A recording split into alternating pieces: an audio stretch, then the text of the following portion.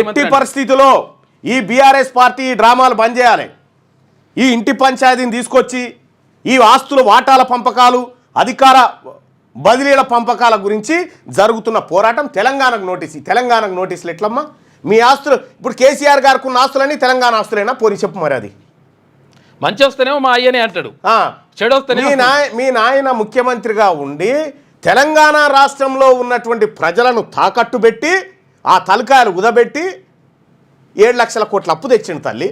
ఆ 7 లక్షల కోట్లకు జమనాత్ ఉంది. తెలంగాణ ప్రజలు మీ ఇంటోళ్ళు ఉన్నారా జమనాతు? నాయన ఉన్నాడా? కడతారా? మరి కడతారా? మీరు ఒక మాట్లాడనిచ్చిర్రా కనీసం?